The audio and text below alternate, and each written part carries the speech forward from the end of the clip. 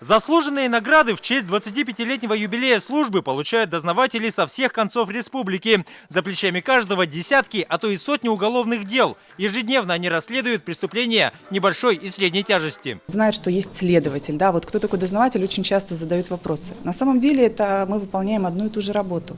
У нас один кодекс уголовно-процессуальный, один уголовный кодекс, и расследование, в принципе, оно одинаковое. Кропотливость, знание законодательства и целеустремленность – необходимые качества для работы, считает Елена Дьяконова. В органах она уже служит 9 лет. И хоть сегодня сама обучает стажеров, до сих пор помнит свое первое дело. У меня был угон, где несовершеннолетний молодой человек, он угнал автомашину для того, чтобы посетить дискотеку, грубо говоря, в реку. Уехал в свой район.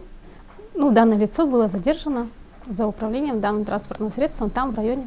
В Усть-Илганском районе был задержан. Всего в службе дознания республики насчитывают 168 человек. Причем большую часть, около 80%, составляют женщины. Круглосуточно, 7 дней в неделю, они готовы выехать на место преступления. От их оперативности зачастую зависит исход дела. Количество работы постоянно растет, говорят сами дознаватели. Только с начала этого года ими возбуждено более 6,5 тысяч дел. В первую очередь это связывают с происходящими изменениями в Уголовном кодексе.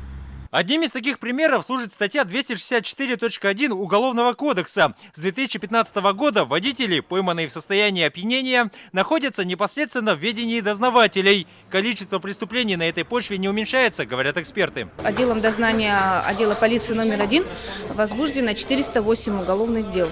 В 2015 было 63 возбуждено, в 2016 уже 218 уголовных дел.